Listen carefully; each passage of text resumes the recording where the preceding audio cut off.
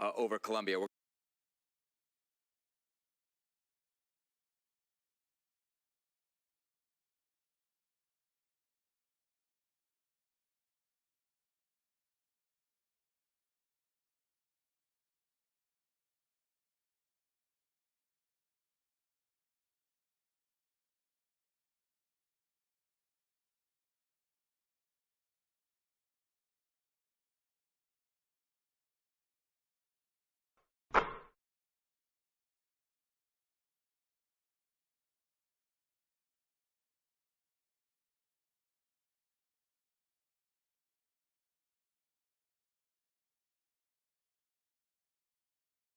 Yo, yo.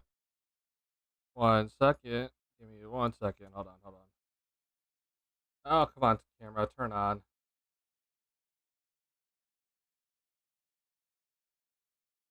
What the heck, man? Hold on.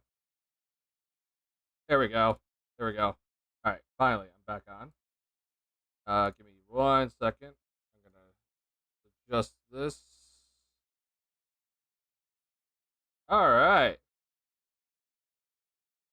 Let me just...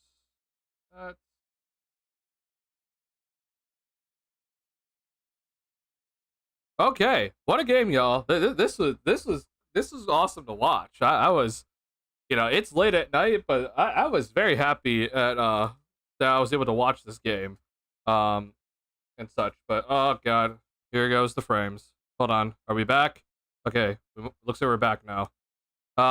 It is storming out, and I'm aware that when it does like storm like this, my frames tend to drop bad. I don't know why. My internet shouldn't do that, but it does that for some reason. So if the stream does stop in the middle of this all, because my frames dropped or my internet just died or whatever, I do apologize. But we're gonna hope that doesn't happen, honestly. Because I do want to talk about this game. I was very, very excited watching this game, and I hope that you guys are also excited too. So welcome in. I appreciate y'all joining in, and it's late at night. It's like 11:20 something. It's also Sunday night, so I'm sure a lot of you have work tomorrow. But I truly appreciate y'all just hopping in for just a little bit here. This was one hell of a game for Buzelis, man. This was awesome to just witness. I'm aware that some of the other key players did not do too well for the Bulls today, but for the rookie, this is awesome to watch. What a hell of a game for Buzelis, and I could just rave about him honestly in this one. Just overall really happy with how he's looked. He doesn't look like he's at any point he looks scared or the moment's too big for him. I'm aware again that it is summer league players. I'm very much aware that a lot of these players that he's currently facing, they'll never see the NBA be on the NBA court at any point. But I mean, let's just be real. The Warriors had two players today that we know will be in their rotation next season, and that's in Brandon Pajemski and Trace Jackson Davis. So while I'm aware that a lot of people say, well, Summer League is useless and it doesn't mean anything, I do think that when it comes to seeing some of these players play against some of the players that we know will play, it's important to watch. And I think Buzelis just looked flat out phenomenal against the Warriors today. And I'm going to show you some stuff that I'm like, hey, this is something I did not know that he had in his game or that he had in him when playing at NBA level speed. But I'm also going to show you stuff that like I know that won't like necessarily translate in a sense to like the NBA level. But obviously it's good just to see it overall. So just very, very excited about how Buzelis looked today. So yeah, I just want to kind of go over it with you guys kind of in this late night little stream here. What's going on, Viper Strike? Montes looking clean. Yeah, Montes looked phenomenal today, specifically in that second half. That was awesome just to witness. And I'm happy. I'm truly happy for him in the Bulls. Montes did say that he should have played better after the first game, and hey, he did just that. So major props to him. Obviously, they didn't get the win, but he had one hell of a game here. I want to shout out to Sonogo. I think Sonogo has just been very, very solid when he has played. I'm a little bit like, I don't understand fully the rotations right now, what's going on with Billy Donovan III and his rotations, which I'm not going to be too critical of because it is just Summer League and I'm sure Sonogo doesn't necessarily have the best conditioning in a sense, but um, I just think he's been really solid. He's been playing kind of like 23, 25-ish minutes in both these games, and double double the first game, close to double double this game. I'm aware he picked up 10 fouls. So I'm not going to really talk about that, and I'm not going to be too worried about that. So he legitimately fouled out in a 10 foul game, which is hilarious. But no, I've been really surprised with Sonogo. I think that his time in the NBA is gonna come at some point. I just don't know when, but I'm just so happy just to see that like a guy that the Bulls that a guy that the Bulls kind of like took a risk on. Sonogo wasn't drafted, so he was signed as an undrafted free agent to a two-way contract, and his first season in the G League he looked pretty solid. Obviously, he had that big game at the end of the year with the NBA team, and then he re-signs for a two-way contract again. I don't know, man. I'm looking at this. I'm like, hey, this is something that I'm happy that the front office actually did. And I'm gonna be extremely critical of the front office at any like as much as I want to. And you're gonna get it like all season long from me about all types of criticism I could give the front office. But when they do something right, I think they deserve their praise, and I do think that with Sonogo, they've done something right. I don't know if it's going to be with the Bulls. Ideally, his NBA career will be with the Bulls because I do think that he can develop into a legitimate big off the bench. But yeah, I'm truly loving what I'm seeing from this guy, and he's just been pretty consistent overall with his production in terms of the box score. But the bigger thing to me is that it's just how he moves. And I'm just happy with how quickly he can move as a big man, and I'm just thoroughly impressed. And he looks better this year than he did last year, in my opinion. And I went to the summer league games last year and saw him live in person. So yeah, I was watching the Copa America soccer game. Appreciate your recap. Thank you. It's gonna kick me down. I don't know which soccer game that is, but hope you enjoyed it. I do not follow soccer whatsoever, so I do apologize for my lack of knowledge. But yeah, glad to recap. I know it's late at night, but I'm here for the recap, y'all. So yeah, hope you guys can come in and enjoy. I appreciate y'all hanging out with me tonight. It's a late night, stormy night in Chicago. Yeah, future NCAA tournament MVP Montes Buzelis. Hey man, it'd be cool if he gets MVP. I don't think he will get MVP. But that'd be pretty cool, honestly, if he does get MVP. Yeah, I love Julian's defense. Has some good looks from three. Just needs to get the shot down. Yeah, so I also agree with you completely, William. I'm aware that with Phillips today that his shot was not going down. I mean, 1 for 9 from the field, 1 for 5 from three. He hit his, I think it might have been his first or second three. I'm not sure which one it was, but I'm aware that like this is kind of where like the box score doesn't fully tell the story type stuff. Because in my opinion, Phillips at the beginning of the game, who was guarding Pajimski to start, he had 3 extremely good defensive possessions against Pajimski. He forced Pajimski to do stuff that was uncomfortable for him, and that to me is something that does not show up in the box score. That does not necessarily look exactly into the results of the game, but this is the reason why to me Summer League matters, right? It's that sort of stuff when it comes to Phillips, and I'm just happy, man. Like I think as bad as the numbers look today for Julian Phillips, I'm actually very happy with how he played. And I think that's something that Bulls fans can understand from my perspective. Because like I think Viper Strike kind of said it last night. Like in terms of development, it's not always going to be in the box score. It's not always going to be in the results. It's how a lot of it's going to be the eye test and how much is, for example, Julian Phillips working on his defensive game. And him stopping a guy like Brandon Pajimski, who is a legitimate player in this league for multiple possessions, is very good. That's a good sign. And it doesn't show up in the box score. So, yeah, I completely agree with you, William, on that. And in terms of his three-point shot, man, I'm actually happy with how Phillips looked on his three-point shot. He was not hesitating from three. It just didn't go down. And we saw this has been consistent throughout 2 games now for Phillips. And that's all I care about. Like, if Julian Phillips shot 0 for 10 from three-point range, but it was all catch and shoot, quick releases from 3, and he had no hesitation, I wouldn't be mad. Like, that'd be perfectly fine in my book, even if he went 0 for 10. Obviously, the shot needs to go down soon, but if he went 0 for 10 and he just did that, fine. And I think on all 5 threes he took today, oh man, it just was like, this is good. It's good progress for Julian Phillips. And the next step is obviously knocking down that shot with consistency. fly the banner like the Lakers do it. Yeah, we do the Matas Buzelis in-season tournament MVP. Uh, do the whole banners type stuff. But that'd be really cool if a rookie gets the in-season tournament MVP. That'd be awesome. How much playing time is Matas going to get in the regular season? What's going on, Patrick? Hope you're safe with all this weather, because dear Lord. Yeah. Also, by the way, guys, please take care of your safety first. I'm sure that all of you are probably being smart and take care of safety first. But I'm aware that there's a tornado warning going on in Chicago, so please be safe. I currently don't have a tornado warning in my area, but please be safe and be smart. So in terms of playing time, I think with Buzelis, I would not be shocked at the start of the season. At the very least, he comes off the bench, but he is for sure going to be getting significant minutes off the bench.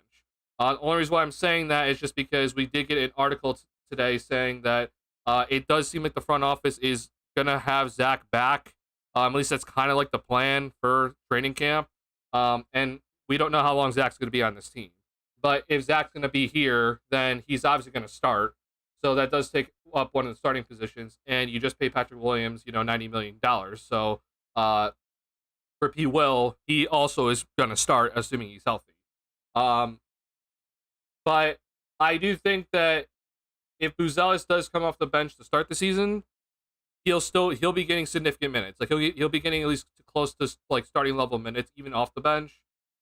But I do expect him to be starting at mid season, assuming that Zach LaVine is gone. Or even if Zach is still on the team, you just bench Zach for the rest of the year, and you just play your young guys.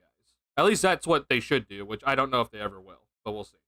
But I think for Buzelis, for a guy that is not a top 10 pick, but close to a top 10 pick, he should be getting significant playing time on this team specifically, because it's just a team full of a bunch of young players.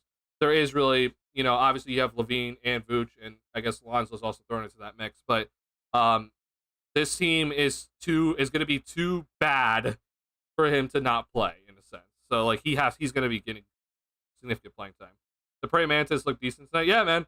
I'm happy with how Matas looked tonight. I'm very, very happy. And we're gonna break it down. I have the recording pulled up and everything, and I wanna show you some specific plays that I was really happy about. I was literally wondering if the Bulls would hang an in-season tournament banner. Oh, they definitely would. The Bulls would. If the Bulls won the in-season tournament, they 1,000,000% are gonna be like, oh, we won our 7th banner. That Jerry Reinsdorf would do everything in his willpower to be selling stuff. Selling merchandise for winning the in-season tournament and getting profit off of it. Like they do everything in their willpower to make sure that the Bulls would have that as their 7th banner, in a sense. They 1,000,000%. Yeah, you say so. I appreciate MC season. Yeah, please be safe tonight. It is loudly thundering by me.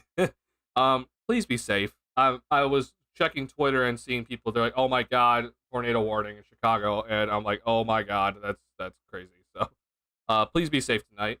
I know that Summer League is a thing, but please be safe and do the correct thing for all of you people. If you can't watch the stream, please don't watch the stream. Please be safe. Despite what the record may be next year, I'm just excited for younger basketball being played. Yeah, I'm with you. I guess for me, I don't fully agree in that sense, William. I'm like, oh, it's all about younger basketball. I'm just more happy that we're just doing something different next season. That's my biggest thing. It's hey, the team's not the same next season. That's a start. But yeah, I'm kind of just yeah, this is gonna be different next season, and I'm hoping with DeRozan now gone, that the Bulls truly lean into the more up-tempo, pace and space type team with the younger players on it. I'm aware that they don't have the best shooters on the team. I'm aware that Giddy is a big question mark from three-point land. He needs to still increase his 3-point shots, and we're not sure about Buzelis himself in terms of his 3-point shot, even though he had 4 today. I'm aware that this team doesn't necessarily have the greatest shooters, but you also then do have Kobe White, I would assume, who shot it well from 3-point land last season. If LaVine is there, he's a good 3-point shooter. Unfortunately, Vooch is still here, so that's not going to help. But you added Jalen Smith, who was one of the best shooting big men last season. The team should be leaning into the pace and space. In terms of their efficiency, I'm not too sure how that's going to work out next season, but they should at least be leaning into the pace and space and not averaging 33s a game. They need to be averaging at bare minimum 36 threes a game next season. Bare minimum. That has to be the bare minimum in my opinion. Or I guess I can lower to 35. But that needs to that needs to really be like an emphasis next season, is to play better, efficient basketball. Even if we don't get the results, which that's where I agree with you, William. It's like, hey, it's different next season. And I don't really care about the record because obviously we need to keep our pick next season. So yeah. Let's see. Glad Optimistic Bulls fan YouTube channel uploads shorts, super quick recap bites. I like.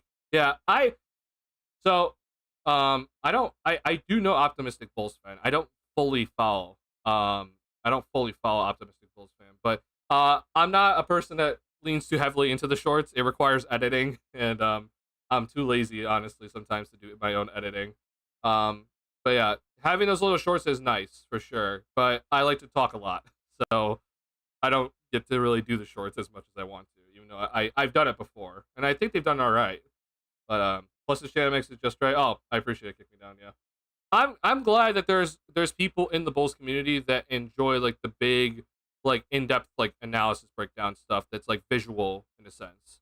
Because I guess I follow the wrong people on Twitter sometimes, or my algorithm's just screwed. Where it's like the stuff I see on Twitter on my Twitter feed from Bulls fans is just like, it's fans that are saying that they're like true followers and actually follow the team, but you can very clearly tell that they're casuals.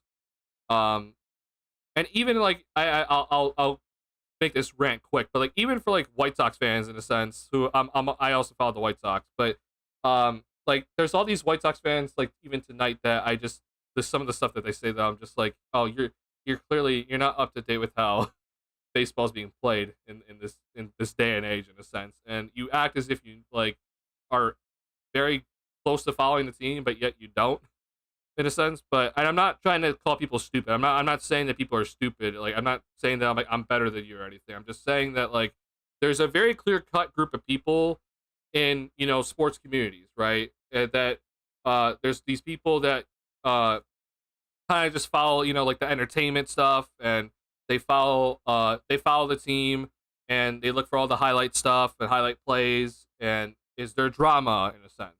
But then there's also the people like us who, in my opinion, who heavily study like the salary cap, and we heavily look at film. We truly break down stuff to like the bare bones when we want to, and that's kind of what I'm trying to bring, because this is the type of stuff that it's like I say it's not necessarily bar talk, but it's almost as if like you bring a bunch of people that do truly take time to follow the game, and you put them all together, and you can create something awesome out of it. And I'm hoping that this channel is kind of like that sort of outreach for you guys.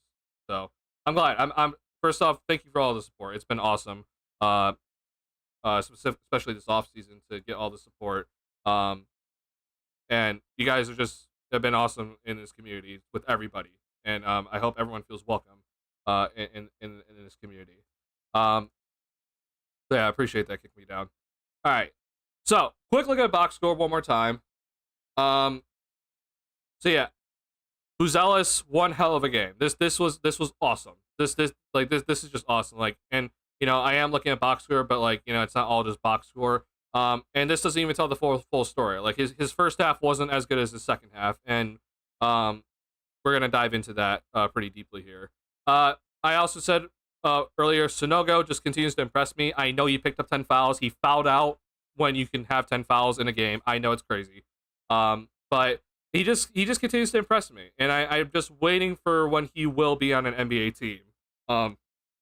Which again, I don't know when that's gonna be. Phillips, I love this defense tonight. Phillips is like his defensive tenacity and his spacing on the offensive end looked really good tonight. I'm aware the shot did not go down, but all 5 of these threes that he took tonight were on catch and shoot 3-point attempts, and he just shot them immediately with no hesitation. That's a win in my book.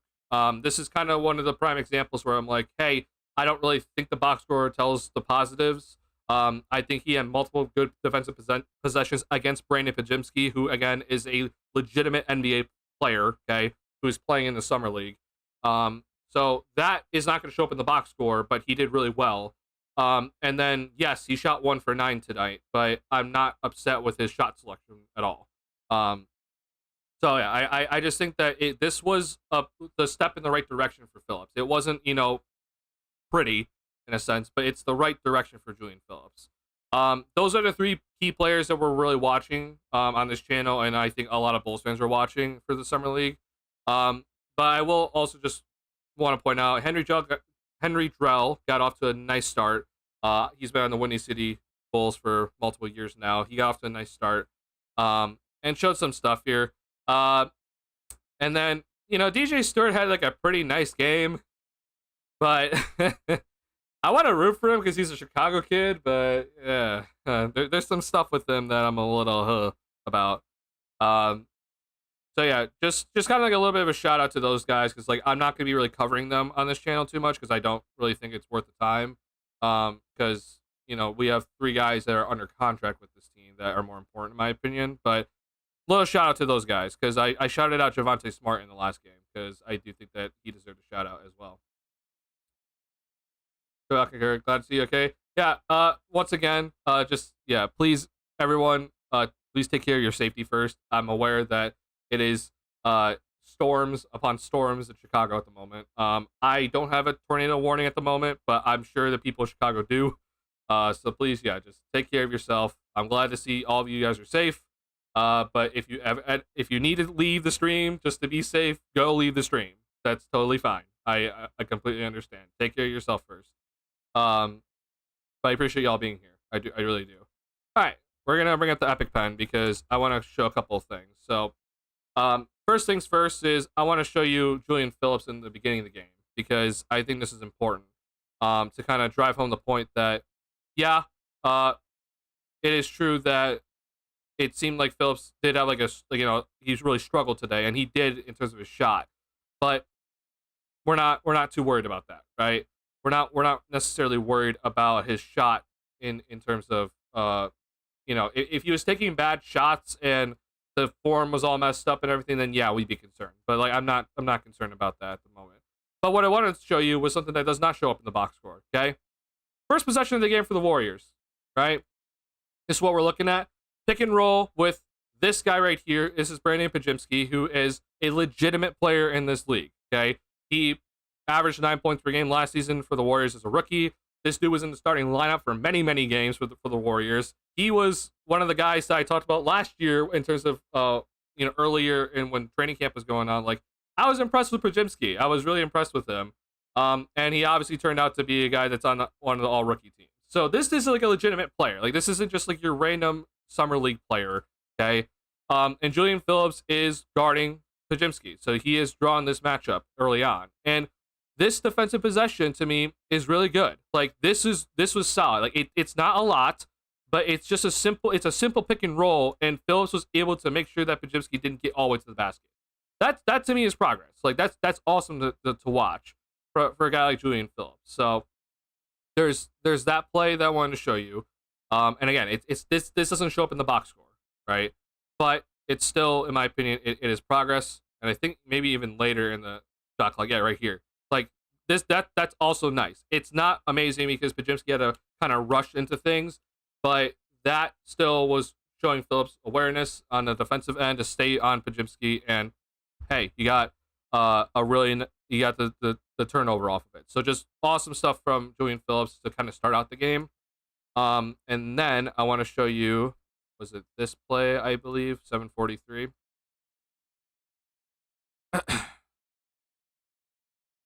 One second. Sorry, I'm gonna have to do this because I don't know why YouTube TV is doing weird stuff.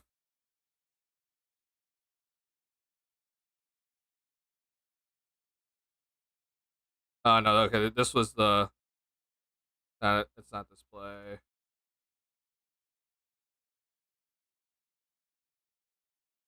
Was this just lost out of bounds? Oh, okay, this was just lost out of bounds. Okay. Never mind. Hold on, it wasn't this play.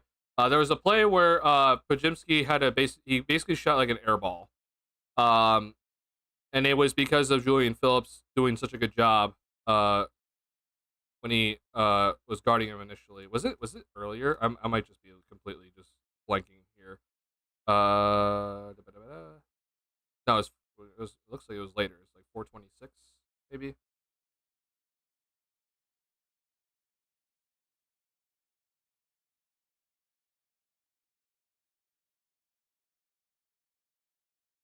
Okay, yeah, it was this play. So here, this is a straight up isolation game. Okay, it's just straight up isolation. It's Julian Phillips versus Pajimski, and again, Pajimski is a legitimate player in this league. And look, you're watching, and the shot clock's winding down here, and Phillips stays in front. And by the way, Pajimski's left-handed. Just keep that in mind. He's a left-handed player. Covers a spin, covers multiple spins, forces him into this sort of shot. Like, that's awesome. Like that is serious progress for Julian Phillips compared to what we saw last year, where he'd fall for the pump fake, right? Or he'd let the guy just do that one extra move to get kind of past him after playing like a pretty good defensive set initially. That's awesome. Like, that is, again, a legitimate NBA player that is going to be getting significant minutes next season in the NBA for the Warriors. And Phillips shut him down that possession.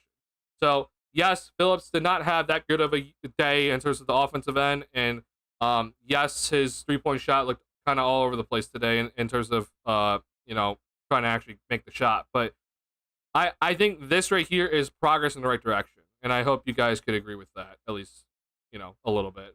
So yeah, I'm happy with it overall. Let's see. Bulls will have the same problems next season because they refuse to move without the ball. They expect the ball to come to them. The only one I see moving is Phillips. So I'm not gonna be too critical of like summer league plays specifically as day over.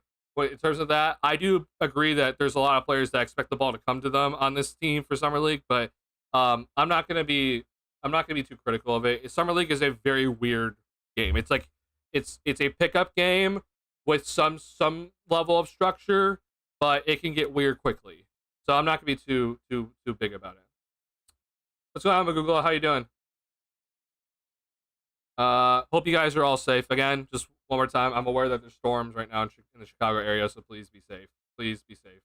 I love seeing Mata's ball, and yeah, I agree, Melanie. I'm very happy to see Mata's ball, and this was a phenomenal game from Buzelis. I want to show you all a few things that I was like, hey, this is something that can play. Okay, so one other thing I wanted to show you guys, and so if you guys were here yesterday, I did a little bit of a breakdown in terms of Buzelis coming off pin downs, right? We did this. We kind of talked about this a little bit, where we watched Buzelis come off like double pin down screens, and he looks really comfortable already kind of in this like pin down action. And so I've been saying like maybe this is something that the Bulls can just kind of get some immediate success out of him, and kind of have him like in his comfort zone in a sense on the offensive end, is by just like putting him in like these sort of pin down situations, and having him be able to make quick decisions with the basketball, but with a live dribble. So okay, so that's him scoring. I'm annoyed because I can't fully see this. Okay, yeah, it's a little bit earlier, I think.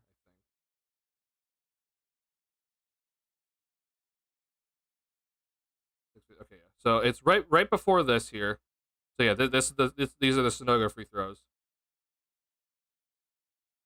So let's watch this play. Okay, so this is a very similar play that the Bulls ran yesterday. It's actually the exact same play. So coming down here, you see Buzelis is in the corner, and you're automatically seeing guys coming up ready for the pin down action, right? So this just allows Buzelis to kind of get like a head of steam off ball. So when he catches the ball here, he gets to make that quick decision. Whether that's, am I open enough for a 3-point shot? Can I just take it, right? If the defender is completely just not with him, or his defender got like kind of caught up on the screen, which this is kind of what happened in this sort of situation. Buzelis is just allowed to just have this, take his head of steam that he gained off the screens and just go right to the basket, right?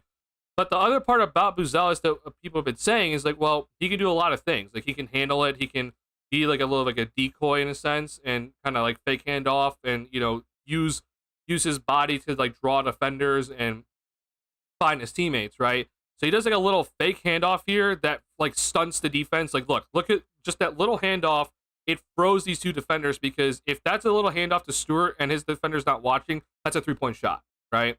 So everyone's like, oh crap, we can't give that up. And so now you have Buzelis in a good spot now because you've taken this defender out of the equation because Stewart moved over.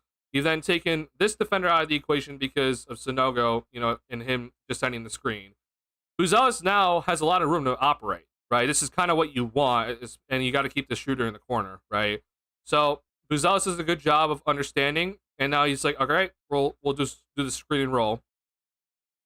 And with the screen and roll, Sonogo comes up, rolls hard, and I just think this is where Buzelis is just going to have his success early on. Quick pass over his defenders to Sonogo, good catch by Sonogo, and you get 2 free throws out of it, right? This is good. This is very good. And this is what I've been saying is going to translate to the NBA quickly, right? Because that's a simple play that a rookie can take and be like, oh, I can apply that to whoever is running this play with me, right? So imagine instead of that being DJ Stewart coming up, that's Josh Giddy, right? And you have let's just say it's Vucevic, and let's just say it's Patrick Williams setting the screens instead. Then it's a very similar concept, right? And you can just take that and just be like, all right, I can apply this quickly. I'm comfortable making quick decisions with the basketball, and here you go. If Buzelis can truly take that part where we showed you where it's like the pick and roll, and he makes that quick pass off to the screener, that will be the part where we're talking about Buzelis being like a good player to where he takes that next level step. Like that's like serious level type stuff for Buzelis. So that will be interesting to watch if he can do that. But I'm not too concerned about that yet. I'm more concerned about just him, getting used to just like that sort of simple style of like, okay, pin down, come off, pin down, make a quick decision with the basketball with it. That's what I'm more worried about at the moment. And he's shown that like, hey, I'm pretty comfortable with this sort of action. And I just hope that continues, if that makes any sense. So, glad to see this. I'm very, very happy to see this, even though like, yeah, he doesn't score off this, right? But it's a good overall just play that he looks pretty comfortable doing early on. So then I believe is it the next play? It might be the next play. So instead of like this is something that the Bulls do run a lot, where instead of Buzelis starting in the corner, you have him actually come over as a screener. And so watches with Buzelis, like he sets like a little fake screen, and I think this is Funk. He just clears out. But then after Buzelis sets the fake screen, I hit highlighter, sorry. After Buzelis sets the fake screen, you're just gonna see him come over the top because Sonogo's gonna set a screen for him, right? So as you can see, here we go. And now, again, it's a pin down action. You gave Buzelis a live dribble. Can he make quick decisions? And fake, and I don't know why they came out so far on him. This is kind of the reason why his jump shot is going to be very important in this league, because if defenders have to go out to him like they did just there, then Buzelis is going to get shots like this, right? He's allowed to do stuff like this if that 3-point shot is there. If I was defending Buzelis personally, I am not jumping out at him like that off that little pin down action. I'm just saying, I dare you to shoot it. He obviously made 4 threes in this game, so maybe it was a smart decision by the Warriors. But this is the reason why I've been saying like his shot is so important, because if he's able to make the jump shot, then it opens up this part of his game. So just awesome just to see from Buzelis there. We need a new point guard for Summer League. I will say that DJ Stewart has not looked that amazing in terms of his point guard abilities. He did have 9 assists though.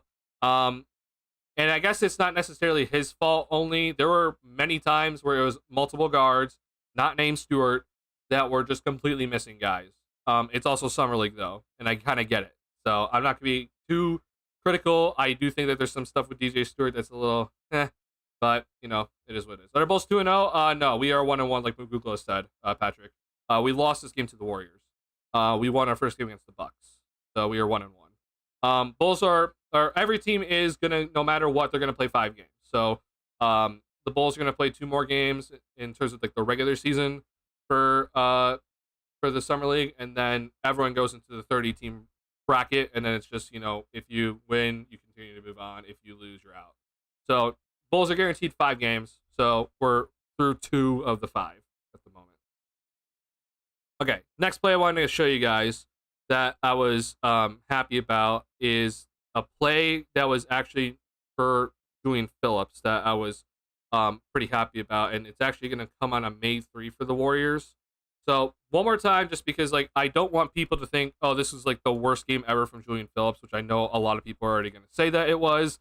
And yes, I'm aware of the box score numbers, and it looked absolutely garbage. But in terms of his shooting, but I get it. But let's just watch this play, okay? So right here, we're gonna watch Phillips. And so if you're not aware who this is Ethan Thompson. Ethan Thompson was on the Bulls summer league team last season, and also I believe played a bunch of time for the Windy City Bulls, their G League team. Ethan Thompson is a legitimate shooter. I don't know about his future in the NBA, but he's a legitimate shooter. But see here, this is what I'm very encouraged by when it comes to Julian Phillips, because he did this against Podziemski, and he's doing it again here. It's get through the screen and roll, right? How do you get through the screen? And in terms of playing a drop defense, which Sonogo is playing right here, the main defender, or what we call the primary or the point of attack defender, right, needs to get through the screen and stay on the hip of the ball handler, right? And Phillips did just such a good job with that. Forces Ethan Thompson into this sort of shot here, and yes, it was called a foul. I'm aware it was called a foul, but I don't care. To me, it was really good. So I'm not too concerned about that play that hit me, that being called a foul, because I'm gonna be real, that was not a shooting foul. it wasn't a shooting foul. So actually, did they call it? It looks like they might have called it on Jarrell instead. Or no, wait, no, they didn't. Actually, I don't know. I don't know what they called it. Oh wait, is this the? No, I'm looking at the wrong timestamp. I'm so sorry. It's 3:32. Okay, we need to move ahead. My bad. Well, anyway, I still like the play from Julian Phillips. Wrong timestamp though. Okay, commercial. Sorry. Okay, so let's watch this play. So here's another play for Podziemski for Julian Phillips, and Phillips again is guarding Podziemski, as you can see, main defender already. So give the ball to Podziemski, and we go and throw it over to Kevin Knox. Now, this is a rip screen, right? So we're going to have Podziemski come off this rip screen set by Trace Jackson Davis. And so now you're going to see Podziemski's going to go to a post-up action. And, all right, now if you're Phillips, what are you going to do? This dude's crafty. Remember, he's lefty. So you got to be quick with your decisions here. And he does a good job of taking away the left here from Podziemski, right? Doesn't allow him to get to the left. This is so important, because Phillips understood that, all right, he's going to go this way. I need to take this away, because if we force him to go the other way, his weak side, it's going to be harder for him. Does a good job. And yes, this is the May 3, but it's still, again, something that does not show up in the box score for Julian Phillips, but it was a good defensive possession. So happy about it overall. And that is going to be my end of my, protect Julian Phillips, I guess, narrative, because I think today was still good for Julian Phillips. As much as the box score sucks for him today, I still think it was actually good for Julian Phillips today. All right. Now, I wanted to show you guys a few things when it came to Buzelis, because there's a few things that with Buzelis is like, oh my God, okay, this is awesome. Like, this is going to play come the NBA games. But there's some stuff that I was like, okay, we have to also recognize this is summer league, right? And he's not going to get away with some of the things that we witnessed today, even though it was such a great game from him. First things first, though, is I want to show you some of his baseline plays where we're using Buzelis' verticality and obviously his athleticism, right? This play, I'm sure all Bulls fans are aware of this play that happened, but this sort of play here is where I'm pretty excited for Buzelis, because I think he's gonna have legitimate success, kind of playing baseline area in the NBA. And so this play was actually, if I'm remembering correctly, it was off fast break opportunity. Sorry, I can't I can't see this number all the time. Oh, here it is actually. Perfect. So yeah, up and down a lot here. And we see that the Warriors turn it over. Not sure what that play was, but this is where I already know that Buzelis is going to have success, right? Where you don't even see him in the picture, but he's like over here, and he's saying he can. You already can see that he's saying lob it up to me, and here we go. Not a great pass by Stewart, by whatsoever. This is a horrible pass by Stewart, but he was able to readjust to it and still was able to just put it up and in. That's gonna have immediate success for Buzelis. Like that's gonna 1,000,000% play in the NBA. So I'm happy about that. The other play I want to show you obviously is going to be his dunk, because that dunk is again like a baseline type play. Um, that's definitely special. And I'm like, hey, oh, this is gonna work. If he can do this consistently, and dunk over a bunch of guys whenever he wants to. That's 340. God, I don't know if you guys can hear, but the thunder outside my house right now. Oh my god. Okay, so again, this could be like another transition play for the Bulls. But this is where I'm like, yeah, Buzelis is gonna have immediate success.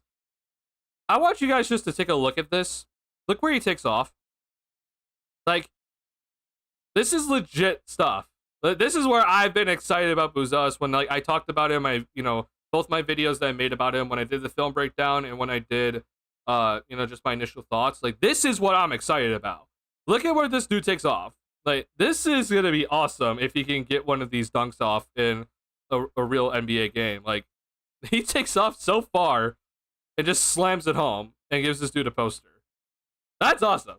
Like, I love this. This is awesome. And like I said, this is gonna translate on 1,000,000% to the NBA. I have no doubt in my mind. Now, other part that I think is gonna be interesting to watch from him. So I'm gonna show you two plays that I was like, oh, this is interesting to me. Let's see how he kind of continues, because this could translate in the NBA, which would be fantastic if it does. I want to make sure I have the right timestamp here.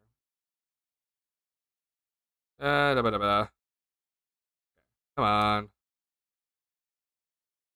A nice dunk, whatever.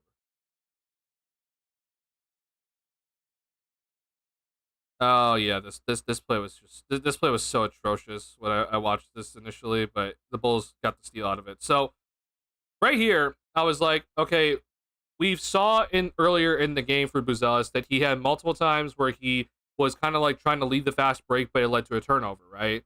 Where he's kind of going too fast for himself, and we could probably show one of those later. But in this sort of situation here, I'm always interested to see how players react, because it is, in a sense, like, people look at this differently. You can look at this as okay, this is a 2v1, right? So like this there's one defender back here, and you have Sanogo running down, and you have the ball, and so this is a 2v1, right? Which I would mostly agree with you in a sense, but this can quickly turn into pretty much just a 1v1, right? Because Podziemski's coming, no one else is really here for the Bulls, right? So if Sanogo doesn't really run hard, or if Podziemski gets back, it's suddenly a very quickly a 1v1. And it kind of happens on this play where, yeah, he might have probably should have just thrown it over to Sanogo and just given it up here, which was probably the best play. But he took the defensive pressure correctly here and finished over both these guys pretty fluidly, right? This is the kind of stuff where I'm interested in, like, if he can do this in his rookie year, like, oh yeah, we're definitely cooking. I just kind of have, I'm a little bit hesitant to kind of say such a thing, and is that gonna continue for him in his NBA game time? But we'll see. I hope it does. But that was an encouraging sign, considering what happened earlier in the game, where he was clearly kind of going too fast for his own self. Sorry, I can't. I'm trying to read what this is saying. Okay,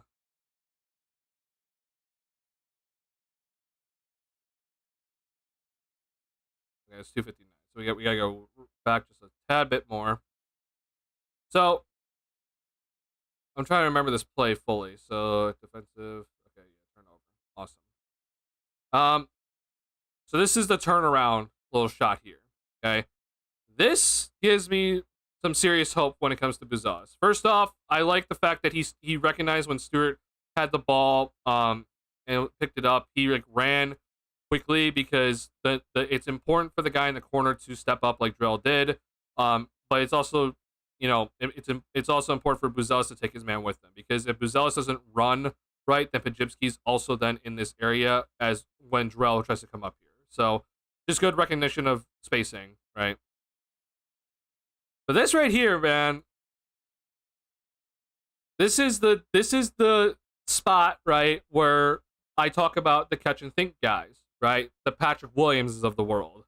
The guys that don't really know what to do when they catch the basketball at the 3-point line.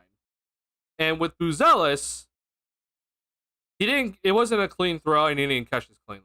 But do you have the ability, which I said in my video, which I think he's going to have this ability pretty quickly.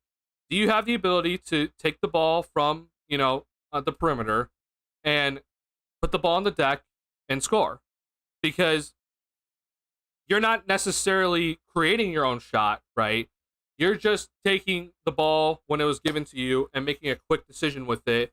No screens or anything, just you got the ball thrown out to you, driving kick situation. Now you got to have the handles and the strength to finish. This is like, not everyone can do stuff like that, right? Like, we don't see everyone has this. And so Pajimski sizes him up, and I'm aware that Pajimski is like 6'5". So there is like a 5-inch height difference here. But this spin little fadeaway, which he gets a nice little soft touch to kind of have the ball go in. If he's able to get that shot off, no one's really going to block that shot, right? Like, this is what I'm saying. Like, no one's really going to block that shot. The more concern I have is what I said earlier, where it's like, okay, do you have the ability to keep the ball in control? Where, he doesn't catch this cleanly, and obviously in an NBA game, it's probably going to get stolen. And then on the initial move here, where he tries to keep his balance, and then he drives left, maybe a better NBA defender really forces him out of bounds into the baseline or makes him dribble off his foot, right? But if Buzelis can do this, where he can get into this shot, no one's blocking that shot because he's 6'10", and he has a very long, wingspan and standing reach.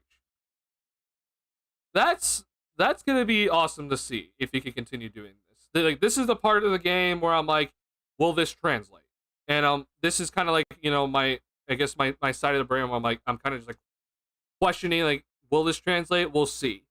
It's not something where I put in the category where I'm like, oh, it's Summer League, right? Like, this right here to me is legitimate. Like, and that's why I was very happy to watch this happen. A turnaround fadeaway shot with that sort of shot release, and I'm aware again, Pajimski's 6'5". So yes, if it's a bigger defender, maybe he doesn't get the shot off. But just the fact that he's able to do that over a pretty decently sized person already, that's awesome.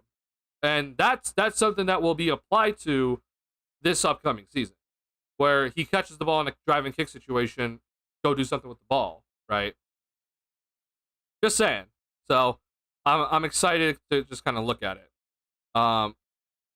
for Buzelis moving forward. Now, the one play where I'm gonna say where I don't think this is gonna translate, at least immediately for Buzelis. Okay, this is kind of the area where I'm like, yeah, this is not gonna translate. Like, this is for sure.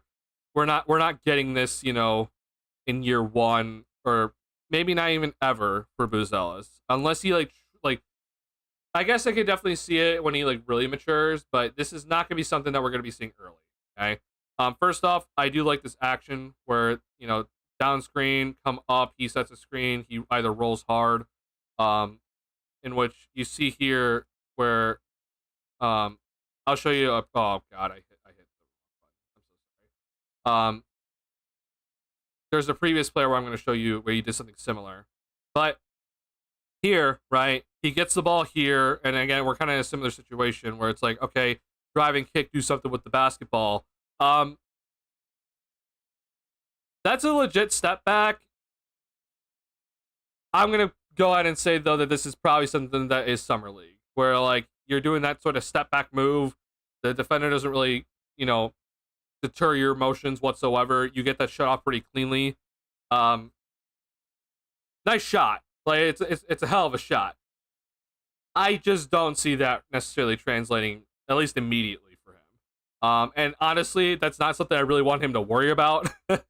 That's honestly something where I'm just like, hey, you know what? One hell of a shot, great shot, but I'm not like too worried about this for you just yet.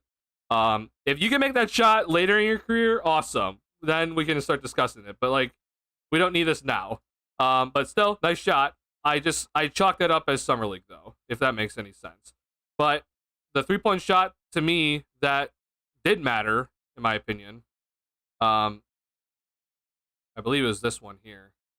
Let's go check 4:16 for third quarter. All right, that's 5. That's 4:38. Oh no, okay. So this is not the correct one I wanted to show you guys, but I'll just show you this where this is the reason why I think Buzelis will not be part of the Catch and Think Club, because he decides to, I'm going to shoot this ball right here, right? And I'm going to airball it on accident. So as you can see, he still needs to work on his 3-point shot. But after the airball, he decides, I'm going to reposition and then shoot another 3-point shot immediately and drains this one. That's awesome. I love that. That confidence is gonna obviously be huge for Buzelis. At least he's showing me he's not gonna be part of the Catch and Think Club, right? Where, he's not gonna think about that 3-point shot. He's just gonna let it go, which is good. Okay. Let's see. 6:57. All right, it's a 9. No, not a timeout. Oh, yes, a timeout. Oh yeah, Dale and Terry talked. I don't know what you guys thought about that, but yeah, Dale and Terry talked. I know a lot of people are saying like, yeah, he should be playing, which I kind of understand it, I guess, but I'm not like too critical of it. Okay, but this is the play I wanted to show you guys that I was saying like, okay, this 3-point shot's gonna translate, and I'm like, yeah, this is good to see. I think both Buzelis and Phillips have done a really good job of just being ready to shoot, catch and shoot opportunities, and just straight up just launching them. That's like the best thing to do. And I don't really care about the results. I just care about the form, and making sure that you get the shot off and such. This play right here, where ball's out here, guard throws it to you, defender's running at you, right? Like, people think this is simple. This is not simple, but this is a play here. If that, like, I know Buzelis is going to have these sort of opportunities next season. And it's going to be the big question mark, right? It's like, can you consistently knock down these sorts of shots? Because if you can knock down this, right, then we talked about earlier, it's going to open up all the rest of his game for you, for him. So this is, to me, the best sign from the 3-point shots that we saw today was this sort of 3-point shot where ball's kicked out to him. He doesn't have a lot of time because the defender's running at him, and he just launches it over. The big advantage for Buzelis that he has over someone like Patrick Williams, right? Like, Buzelis's, form is slow. It is a slow release. It takes a while for him to kind of get into the motion. But the one thing that Buzelis has over P. Will is his height, right? So he can afford to kind of take a little bit more time with his shot, with his jump shot specifically, like on a catch and shoot opportunity. P. Will has sped up his motion in his time with the Bulls, so I'm gonna hope that Buzelis also speeds up his motion when he works under Peter Patton. But this is still encouraging to me because, again, it's a defender running at him.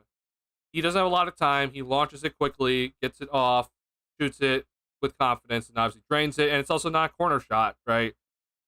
That's good. That's gonna fly. And I hope it just continues. So if he shoots these sort of shots, for the rest of summer league, and he goes like over 11 or something from these sort of shots, but he's taking these shots with confidence, not hesitant at all, and gets it off cleanly with the defender running at him, I'm fine with it. Like, just show me that you can get the shot off consistently, even though there's a defender running at you. So yeah, I'm just happy with it overall.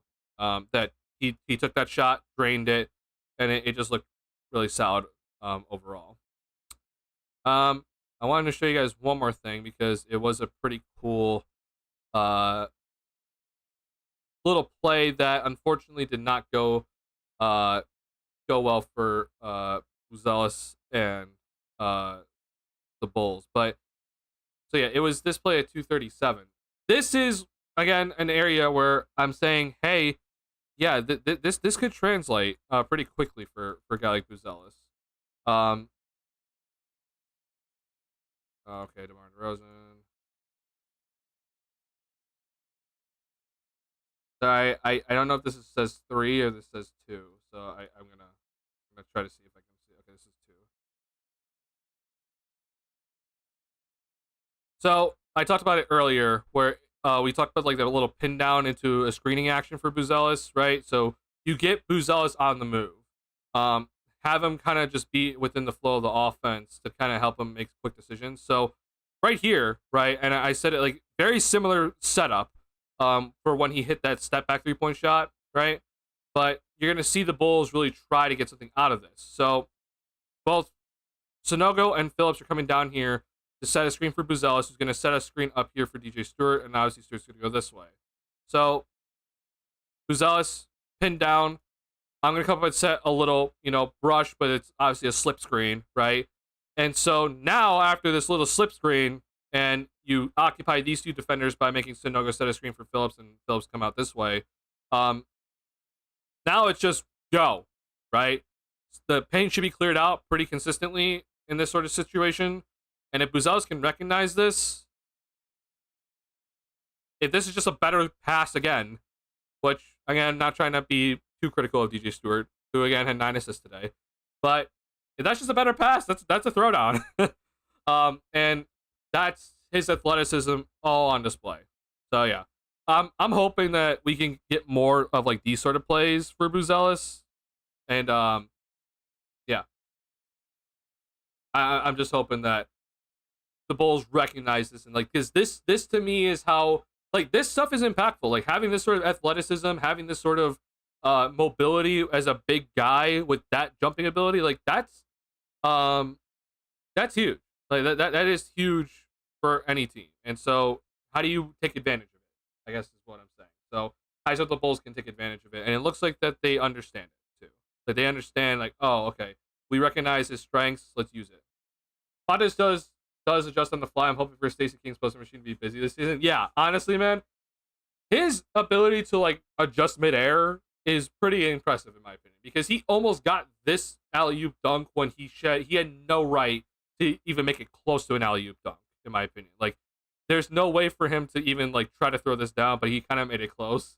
So yeah, it's been a pleasure to watch so far for Buzelis, and I'm really happy that he had this game. Because I hate a bunch of Bulls fans that say, like, oh, Summer League doesn't mean anything, right? They're like, Summer League doesn't mean anything, but then if they see that this player completely struggled in Summer League, they're like, oh, well, see, he absolutely sucks. We don't have to worry about that now because he had his game, right? Like, he had his, like, premier game in Summer League. So you can't go ahead and say, oh my God, he sucked in Summer League, that he's going to suddenly suck, on the NBA level. Like, no, you can't do that anymore. So I'm just glad that we don't have to worry about that necessarily. Yeah. What happened to Sebron? I don't know what you're talking about, Rob. Can you clarify? Sebron? You mean Bronny or something? Because I'm gonna be real, I have not paid any attention to Bronny James, and I'm not gonna be paying too much attention to him. We're gonna have to see these guys play with Giddy, and so obviously they both are flawed, but they're gifted passes. Having a guy like Montes who actually cuts. Yeah, man. If the Bulls do this right, where they have Giddy, it's gonna mostly be Giddy probably, because I don't trust Lonzo's health, but if he is there, great. But yeah, if they have Giddy and they're able to take advantage of Buzelis' athleticism and quickness for a big dude, yeah, he should definitely be getting some easy lobs and dunks out of it. and hopefully just, Giddy understanding like how am I gonna make sure that I can get this guy open for these sort of plays, whether it's through his passing, like being like a great passer, or it's also through his playmaking, which I think is the more important part for Giddy. That's gonna be kind of the question mark for me. It's like how can I bend the defense to make sure that I get this like a guy like Buzelis open, right? Um, because that's something that I don't think Lonzo will ever be able to do in his career, especially now with the injuries. But with Giddy, I can kind of see the vision where he is like that premier playmaker where he can truly bend the defense to open up other players. And I hope that uh, Giddy can take that next step this next season, and guys like Buzelis, guys like Phillips, or guys like Patrick Williams can be the beneficiaries out of it. So yeah, awesome stuff. All right, that's kind of all I had planned in terms of film review, but I do want to talk about a few other things with you guys if you don't mind. Um, Giddy just needs his shot to go down. It is true, yes.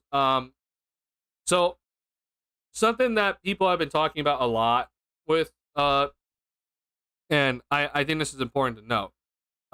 When it comes to who you put the ball, or who do you give the ball, like in terms of like who's going to control his like your team's tempo, your team's scoring, your team's overall playmaking. Like if you think about how the NBA is run, right? You have the guys that have the ball the most. They can obviously they're like really good scorers, but then they use their scoring to then be like really good passers. So obviously someone like Jokic, for example, right?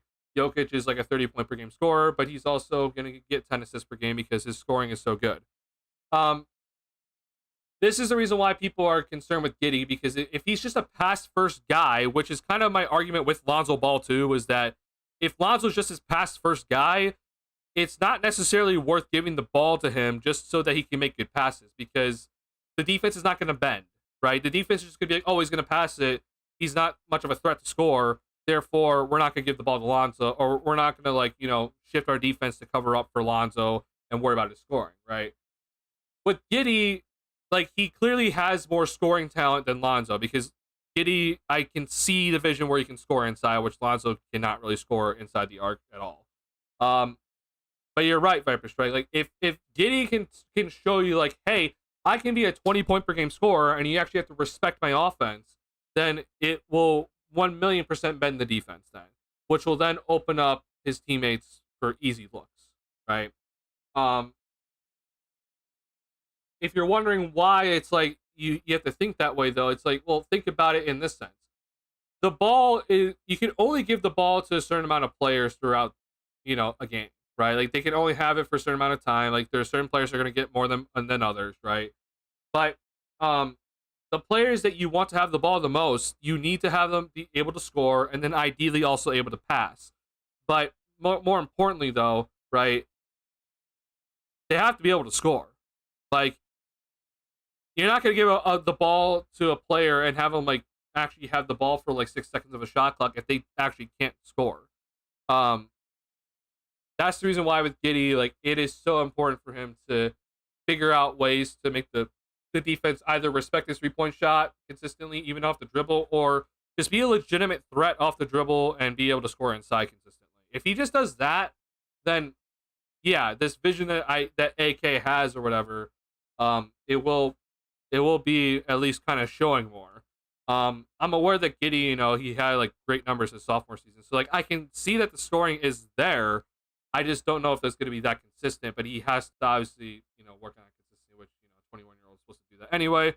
I know I'm blabbering at this point, but yeah, it is sort of, though, like a chicken and the egg situation where it's like, yeah, he's a great passer, but can he score? But then it's like his great passing can't be put on display unless he has the ability to score. So, yeah. Speaking of Jokic, did you see Jokic open up Wemby and Gobert and FIBA? Honestly, the best I've seen him since last year. I did not watch that game, actually. No, I did not see that. I should watch. I'm guessing that's exhibition, right? Because the Olympics haven't started, right? Am I correct, Viper Strike, in saying that?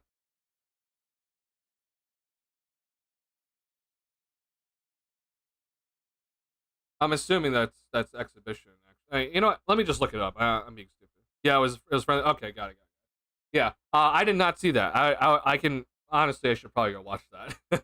But yeah, I'm only gonna be honestly watching probably Team USA until the Olympics start, and then I'll watch every team when the Olympics start. Um, because there are a lot of good teams right now. There are a ton of good teams for the Olympics this year. But yeah, that'll be interesting to watch. Actually, we can actually pull this up because I am interested to see uh the groups because I didn't get to fully see the groups yet for FIBA, which I'm aware that Team USA is in Group C, if I'm not mistaken. Okay, so what do we have here? Oh, hold on, chat's gone.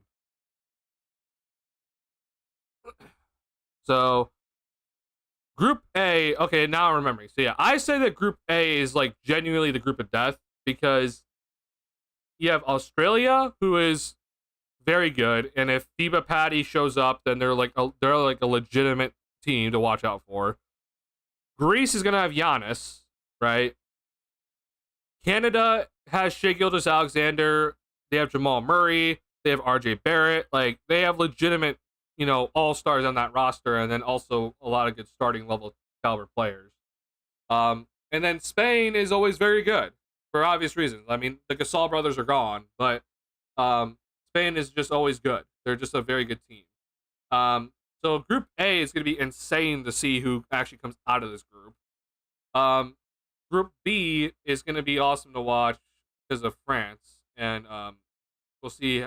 Are the Wagner brothers, or is at least Franz playing for Germany? I think he is, but there are definitely some NBA players for Germany playing. And then for Group C, obviously Team USA, who we know who headlines Team USA with LeBron, Curry, etc.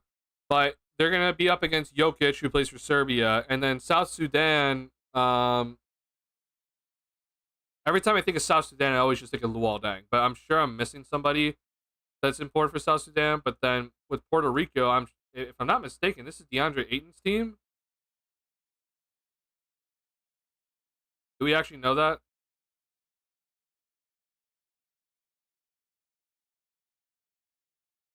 Uh, that's I guess we don't know. Let's see. Go to Puerto Rico. I I can't. Okay.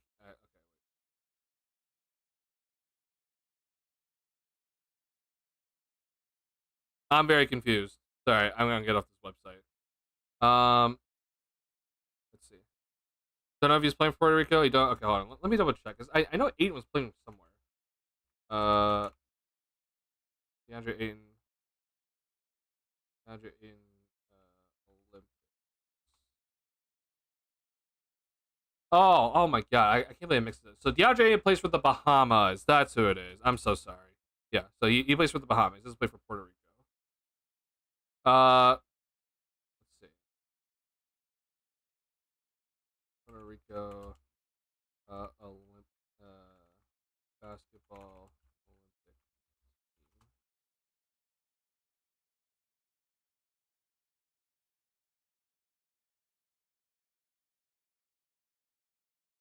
So this is the roster. I know Davon Reed, but I don't know anyone else, honestly. Okay, yeah, I don't really know. Oh, Jose Alvarado. Okay, yeah, for completely forgot about Grand Theft Alvarado. So I guess Jose Alvarado will be playing for Puerto Rico. That's cool. Um, Bulls legend Carly Jones represents South Sudan. Ah, got it. Yeah, that makes sense. Yeah. Let's see. South Sudan.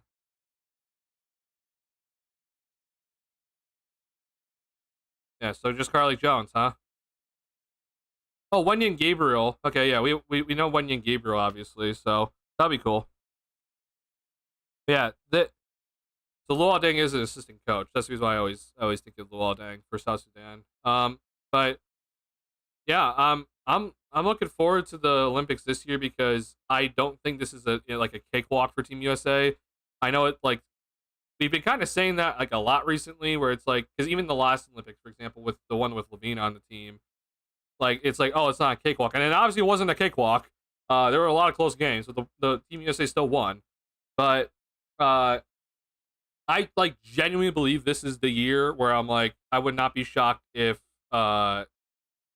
Team USA like doesn't get one of the medals because it is a March Madness style bracket, right? It's like I know obviously like group stage isn't, but it then becomes single elimination pretty quickly, and you don't know what's going to happen. And there are like legitimate superstars in some of these rosters. Um, so yeah, and then like this is not even to mention like because obviously Josh Giddy is going to be playing for Team Australia, so I'll be watching Team Australia because of Giddy. But like Team Australia is like they're like a legitimate team. Like I don't think people understand like they're very good, and like I said, if FIBA Patty is going to show up, then it's going to be a legitimate legit competition. Want to see if we can because want to see if we can get the team. So like I said, Josh Giddey's here. So Patty Mills is the captain, but I mean you have Josh Green, Joe Ingles, Matthew Dellavedova, who used to play for in the NBA, Dante Exum, Jock Landale. Like these are all guys, Dyson Daniels. Like they're all legitimate NBA players. I'm aware that there's like no like true superstar in a sense on the team, but we saw last year's Team USA lose to Team Australia in a scrimmage. So look, I'm just saying it's possible this year where it's like Team USA like doesn't come away with like even at least bronze. I still think Team USA is the favorite, but this is like the year where things could change, in my opinion. It sounds crazy, but yeah, I could see it. Only saw the France Serbia game because I wanted to see how they would defend Jokic, and they couldn't. They couldn't. It's nuts. Two of the most gifted defenders ever playing for the same team, and they couldn't. Yeah, man. Honestly, I've always wondered with Jokic. Like, I actually think Jokic has a much harder time against like the smaller defenders because they can keep up with his foot speed and his his good dribbling skills. Um, and it gives Jokic more problems because he can't just blow by him, right? So if you put Gobert on Jokic, for example, like Jokic is so good with his feet that he can just kind of scoop by someone like Gobert. And yes, Gobert is a great shot blocker, but it's just simpler for Jokic. And then obviously, if you're down in the post and banging and bruising against each other, he just fades away, right? But if it's the smaller type defenders where they're forcing Jokic to actually shoot the ball more and Jokic can't put the ball on the floor as much, which, in theory, you think like, well, if they're smaller, then he can just get easier, position in the paint. But with the way the rules are now, I think it's not as easy as it sounds. But that forces Jokic to like just shoot the ball more instead of him actually putting the ball on the deck and like using his speed to blow by like the bigger dudes. So yeah, I don't know. It's not a solution by any means. I'm just saying that it's something just to kind of think about. And obviously, if Wemby and Gobert can't cover Jokic, then I don't know what they're gonna do. And we've seen Jokic be an absolute MVP. So yeah, it's crazy. Yeah, I'll be watching, and yeah, we'll be talking about the Olympic basketball stuff when it does happen. Obviously we have to like the first game I think is the 26th if I'm not mistaken, so we're a little bit out still. Um, I'm looking forward to it. I'm very much looking forward to this year with the Olympics, and I will say this also: I do think that Team USA needs Kevin Durant because Kevin Durant in this sort of format is very good. As we've seen the past three Olympics where he's won all 3 gold medals. He's very good in these sort of formats. So I do think that Team USA needs KD, as crazy as it sounds. Yeah. Happening just now. What's going on, Taro? Hope you're safe from the storms that are happening tonight. But yeah, we kind of did a recap of how good Buzelis played today. Buzelis had one hell of a box score, but I was kind of showing like stuff that was like, oh my god, this is awesome. I didn't know that he had it in his game. Kind of showing stuff that was like, hey, here's a flash of something. Maybe this kind of can continue. into the NBA level competition, and we'll see. And then I showed some stuff that was like, oh, it's very clearly summer league, right? Um, oh, I am dropping frames heavily. I'm so sorry. Holy crap! Wow. Come back. Come back. Okay, we're stabilizing.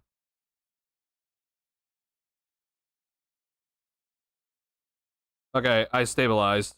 Jesus, that was. I'm sorry. I dropped 3,000 frames in a matter of 30 seconds. That's cool. Sorry about that, y'all. Um, but yeah, Buzelis had one heck of a game. He had 4 threes in this game. Just he just looks so comfortable, man, and I'm just so happy to see it for Buzelis.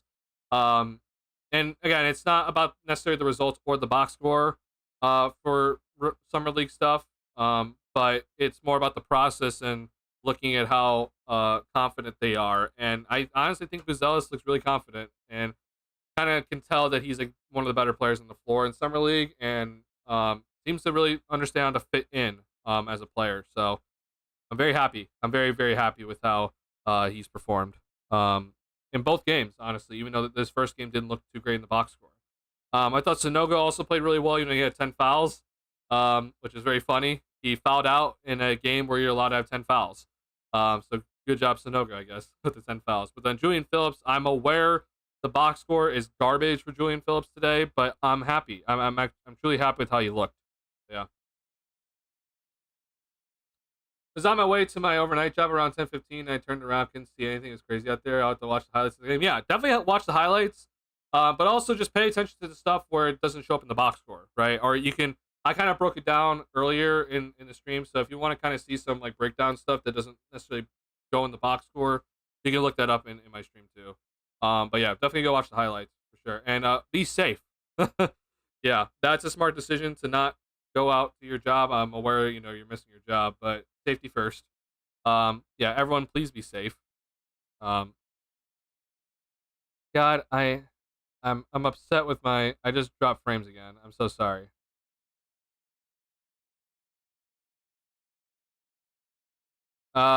Crap. Okay, hold on. I'm gonna give like 30 seconds for my uh for the for like YouTube to kind of reset itself. Give me 1 second here. And then we're gonna finish stream tonight by talking about the article that a bunch of the Bulls beat reporters just kind of all came together and said, "Hey, we were able to talk to the Bulls front office today," which was like, what? And so they all like kind of teamed up together to make like an article that was kind of interesting to look at. I kind of think it really didn't say too much, but we're gonna still go over it. So yeah, we're gonna take 30 seconds here with a little break.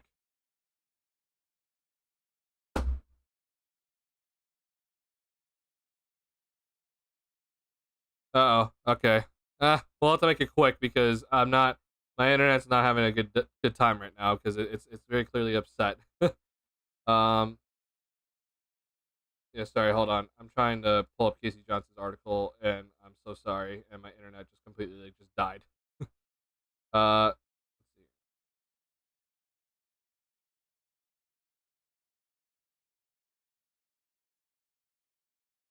Okay. So this was the article that Casey Johnson, Will Gottlieb, Darnell Mayberry, and maybe others.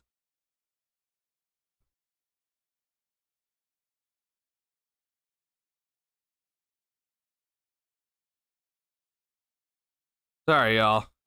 This is so frustrating. I don't know why my internet does this to me.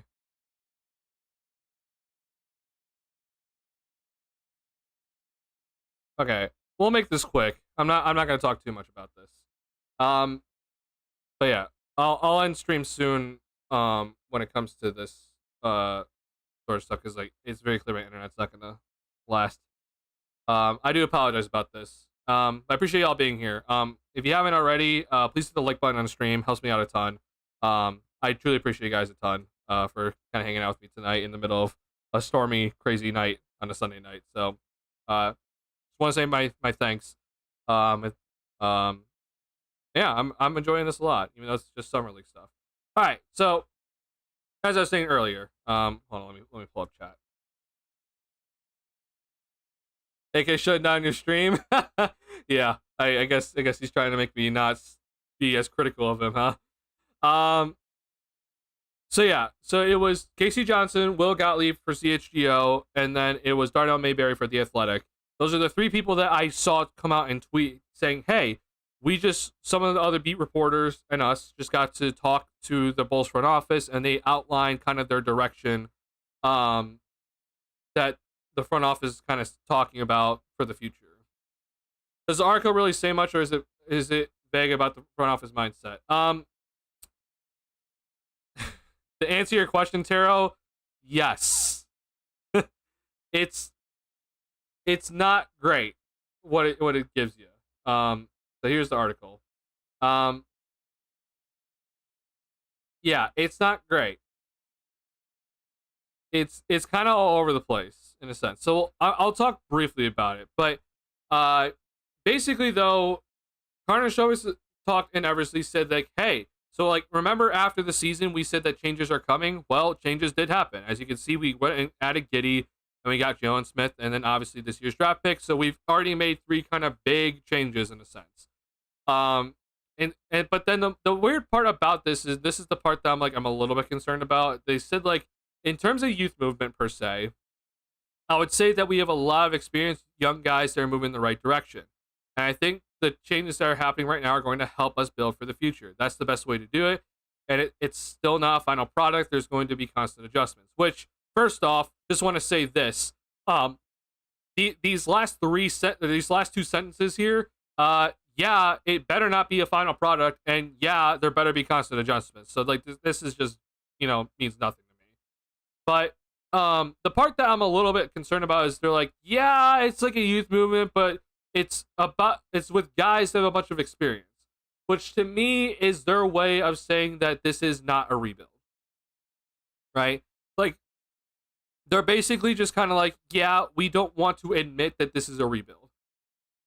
Which I've kind of said earlier, how like, I've said this earlier when Giddy was initially traded to the Bulls. Like, I would not be shocked if the Bulls tried to like do their damnedest to be like, yeah, we're changing the roster and we are acting as if it's a rebuild, but we're not going to come out and say it's a rebuild though, because if we say it's a rebuild, we don't sell tickets. So that's my concern. That's all I'm just going to kind of say about that. But yeah, it just didn't sit with me right. But then it was more interesting. I actually thought this article was more interesting to look at in terms of what they talked about with the past, where they were talking about like, okay, so 3 years ago, we came up with the plan. It worked for a short period of time until we got injuries. So this is obviously when DeMar DeRozan came to the Bulls, right? This is when they went out, they made all the big changes in one offseason. They went and got Lonzo. They went and got Alex Caruso. They went and got DeMar DeRozan. Completely overhauled the roster, right? So this was like kind of like a major step for them and said like, hey, we made a bunch of changes. And we saw the injuries happen, and so they did the second year where they're like, okay, we kind of want to see where this team goes, and then we waited the third year to see where it was at, and now we're making changes. And then they continue saying like, okay, you could argue it's too late or too early, but that's where we're at now. They're just kind of saying like, well, you guys have been wanting change. We're making changes now. Sure, maybe it's too late, but here's the change that you guys are asking for, which it doesn't sound great, but at least they admitted that they had to make a change. Right, which is at least a good part. But AK continued saying that he wanted to give the group of guys that they put together a chance to figure it out, and a reason why was because of DeMar DeRozan. They basically kind of told DeRozan like, hey, we with you here, we want to try to win with you here. So we're going to do our best and most possible way to try to win with you here. So like, for example, when we met with him in August, we talked about the opportunity. We're committed to winning, want to win right away. I think DeMar was almost central in the decision of no, give these guys one more chance. Like we told him, we're going to give them an opportunity to win, and he's a gigantic part of the reason why we did that. I read this, and I was just like, what the hell? Like, I'm not going to fully take away from this that the front office decided to run it back last season and try to push for the playoffs last season because DeMar DeRozan was kind of pushing the front office in a sense to try to keep the team together. I'm not going to go that far in saying like, oh, it was all DeRozan for the reason why the Bulls ran it back last year. But I will say this. It does sound like that the front office was pretty heavily swayed because they have DeMar DeRozan and they like DeMar DeRozan so much that if DeRozan said so, that, hey, we should run it back. I want to try again with these guys one more time. The front office would have just said, yes, let's just do it. I don't want to think that's the case, but it kind of sounds like the case. And it doesn't make me feel good because that means the front office is basing their decisions off of what a player is telling them. That's not how you run a front office, right? That doesn't make me feel good. You don't run a front office based off, well, this player said so. The only time you do that is when you have a legitimate superstar, right? And you take their feedback and you heavily listen to, because that's your franchise, right? And typically, hopefully your superstar's in the right state of mind for this sort of stuff. Which I'm aware that a lot of players don't fully understand how the office or front office politics work. But just in general, though, it makes it in a simplified version. It almost kind of sounds like the Bulls decided not to trade DeRozan, not to trade Alex Caruso because of DeMar DeRozan. And that, at the end of the day, is just poor asset management. You're doing a horrible job managing your assets, where you probably should have traded DeRozan earlier, probably should have traded Alex Caruso earlier, and you'd probably be in a better position right now. And yeah, both lead to change, but at least you did one earlier.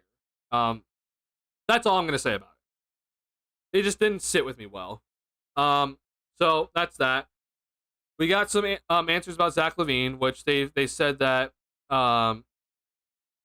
that they expect Zach being fully healthy. He is healthy. I think he can help this group next year. He's been professional. Again, he's healthy. We expect him to be with us start training camp. So that kind of is almost like the way I decipher is that, like, okay, we're not trading him because we don't really see a trade for him. But if that's the case, we expect Zach LaVine to come in as a professional, be ready for training camp, and try to, be a good teammate and try to help the team. Which we don't know what that means, but at the very least, just be professional, right? They also, Casey Johnson mentioned that the one scenario where DeRozan could have returned to the Bulls is if they actually found a trade market for Zach, which also doesn't sit well with me. Like, there was a legitimate case for the Bulls, apparently, that if they traded Zach and got out of his contract, that they would re-sign DeRozan, which is like, why?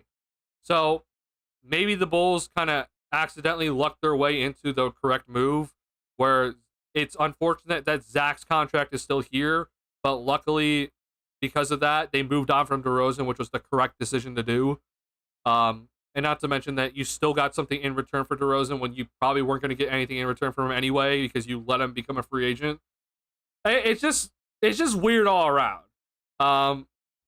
So we got that. We got that Zach's going to be healthy for training camp, and then we got that management also expects Ball to be at training camp and see where his recovery goes from there.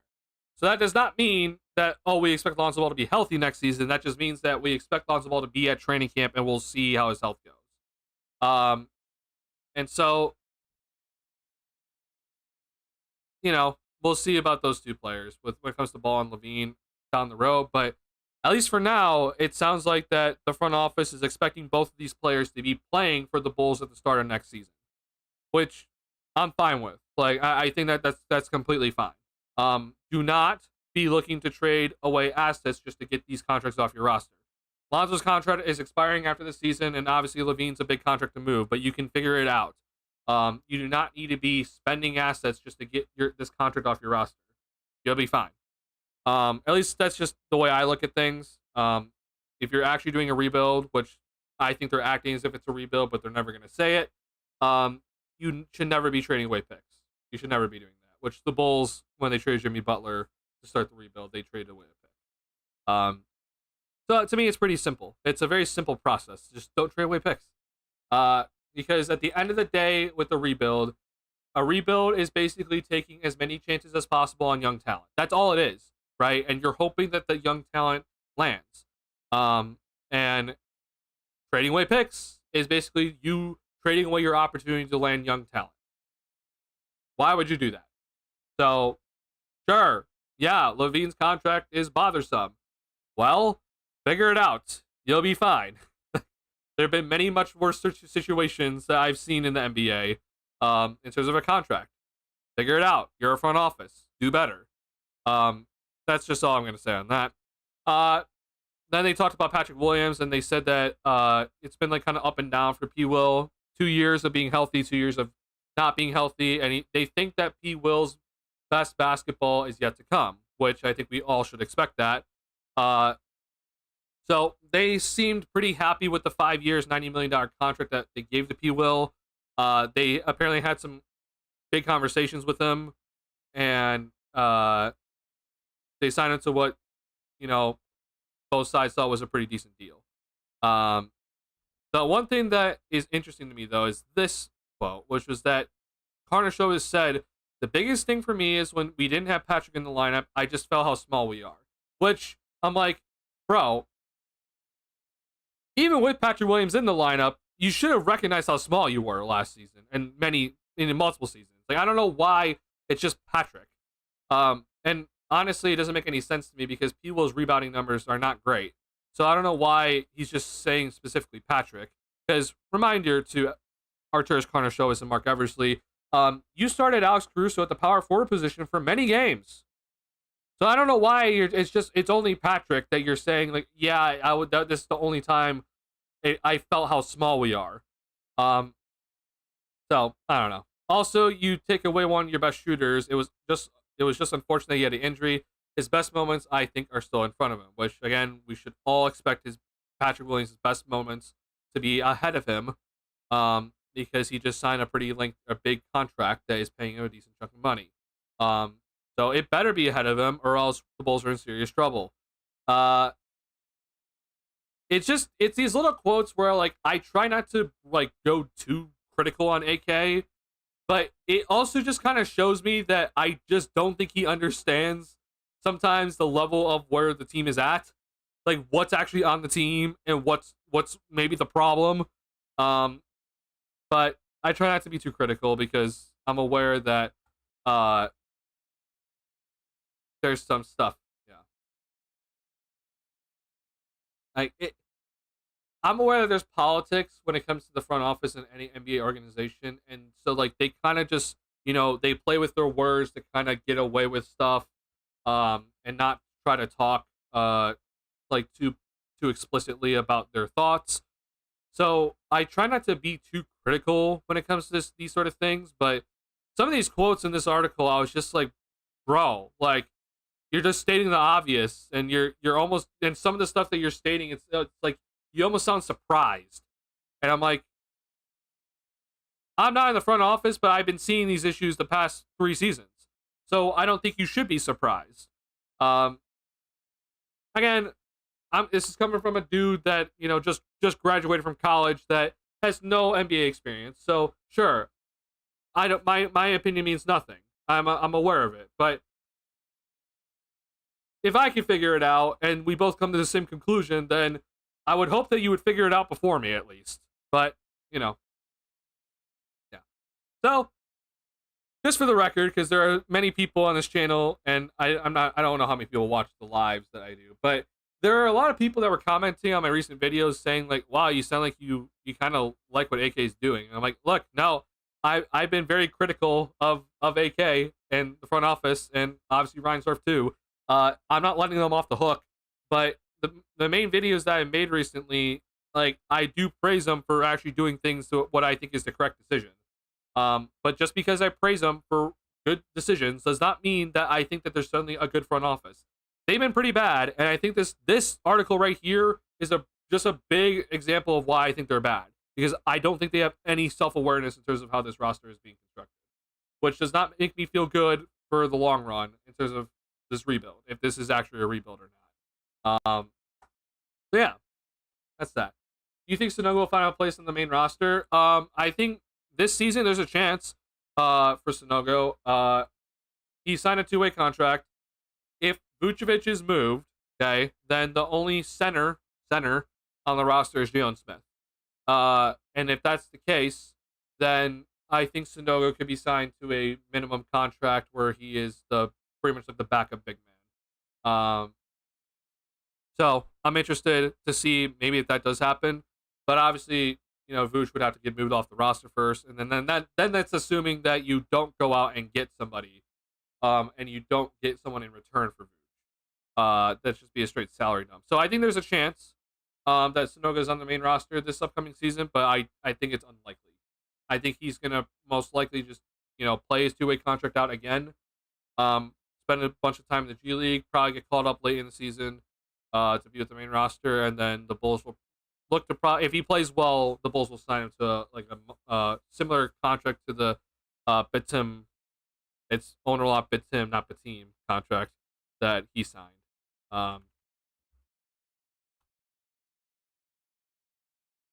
Which is this contract here.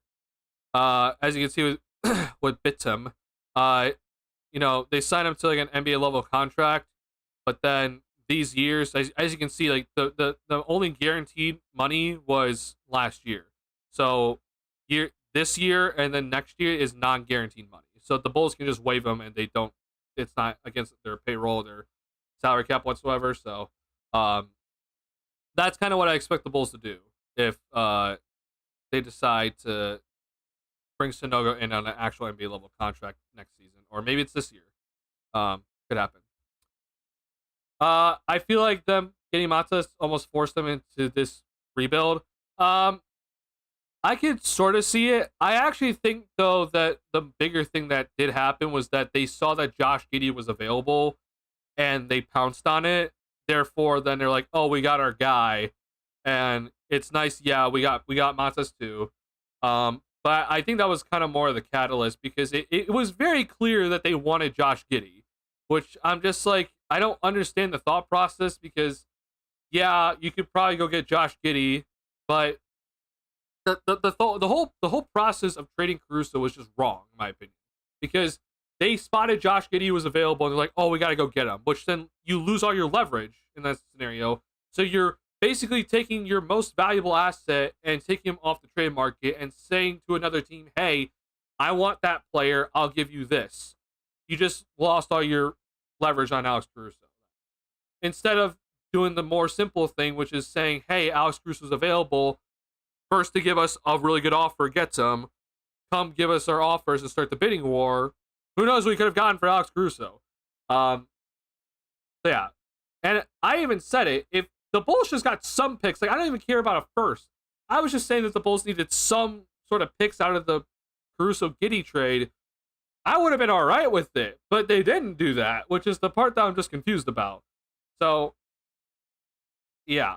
I guess it was Matas, but I would argue that it was more that they saw Giddy was available, and they're like, oh, we got to go get him. Which doesn't make any sense to me still, but, at least they're heading towards the youth movement, at least. In terms of playing time, I don't really see Sonogo getting much playing time whatsoever. At least right now, it seems to me that because Sonogo is only going to play center. He's not going to play power forward. So it seems to me that Vooch is the starting center. I don't know how many minutes he's going to play. I think Jalen Smith is going to play a decent chunk, whether it is at the 4 or the 5, but I think it's supposed to be at the 5. And then Sonogo is just going to be the odd man out. If one of them get hurt, then I could definitely see Sonogo then getting some playing time, but I don't think that's going to be the priority this season whatsoever. It's because they got nothing yet. Overall, where we could have gotten Khalil Ware. So, all right, I've seen some of the Khalil Ware stuff. I'm not like necessarily like ecstatic out of or like saying like, oh my god, the Bulls should have drafted him or anything. I'm aware of some of the stuff that he's done, but it's not like jumping out of my shoes type stuff. But I'm aware he's played well. Yeah, I get the idea because we're still looking for like a shot blocking rim protector in Chicago. But my only argument against that is that I think you can find those guys later and have them. Those guys can kind of fit in later, right? Instead of trying to develop those types of dudes, you try to go out and seek them, and they're more of like a plug and play type players. At the end of the day, and they also don't cost like an extreme amount of money. Um, Not to mention, I think the Bulls need to lose a ton of games this season, so I'm not like I don't really want having that great of defense this year because I think the offense is going to be the main thing to watch this year. So, um, I'm aware that Ware is like Khalil Ware is intriguing, but I'm also just like I'm okay not having him. If that makes sense. I think Giddy was a win now replacement for Zone move personally. That also makes sense. Viper Strike. That would also completely make sense. Yeah. I would just hope that the front office would understand though that like Lonzo Ball, in my opinion, is very clearly a wing. Like what the role that Lonzo Ball played on this roster when they were playing well, he was a catch and shoot 3-point shooter, a wing defender guarding Julius Randle. Like he was not really a point guard. In the fast break, he was a point guard. Like, and that's something that like I will always say. Lonzo Ball in the fast break is one of the best players in the league. But Lonzo was the catch and shoot guy in the corner that the team needed. That's what he was. So that's the reason why I'm just like I'm hoping that they don't look at Giddy and be like, oh, Lonzo clone. Here we go. We got our new playmaker. He's gonna make things all right this upcoming season. Which it's two completely different games in my opinion. Lonzo can't finish inside the 3-point line. Like he just doesn't make shots inside the 3-point line. But Giddy sort of does. But it's kind of eh. But Giddy doesn't shoot threes, but Lonzo shoots them at a very good rate and makes a ton of them. Like it's just if that was the case, I am extremely concerned. But you could be right, Viper Strike, that could have been the move where they're like, oh, that's our Lonzo Ball replacement. We're gonna try to run it back next season, basically, without DeMar DeRozan, but we have Lonzo back. If that's the case, I'm gonna be very upset. Like that will make me extremely pissed. I just hope that the front office looks at Giddy more so as like, hey, this could be our all-star of the future, and not he's our Lonzo Ball replacement. Because Lonzo, as good as he played, he wasn't really playing at an all-star type level. They're just two completely different players. Like they're completely different. But yeah, you could be right. That'll be extremely frustrating to me if that is the case. Quick look at all of everything here. So Spot Track has officially updated the Patrick Williams deal. So this is the P. Will contract. It is $18 million flat, by the way, which I was not expecting that, but now it is, and it's not great because the Bulls don't. It's a player option the 5th year. If this was not a player option, this would be a fantastic contract, but it's still a good contract. It's just you would much rather have the full 5 years and not the player option at the end. Jalen Smith is what we expected. And then here's Josh Giddy finally getting his deal put in. And he'll obviously be a restricted free agent next season. And then Duarte's contract was also put in. So these two guys are extension eligible. We'll see what happens. Yeah, Bulls are going to have a lot of decisions to make come this offseason, as you can see, because the money's coming off the books and guys are expiring, like Kobe White and Ayo Dosunmu. You got to make a decision quickly. Yeah.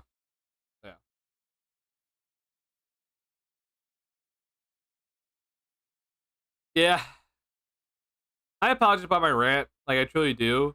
But this is kind of why, like, I am like as happy as I am that we're seeing something different next season, and I'm gonna enjoy the different play style next season for sure. And we're not watching the same 15 players go out there. I just genuinely have my concerns, which I think is valid for all of us. Like I think a lot of Bulls fans should be concerned.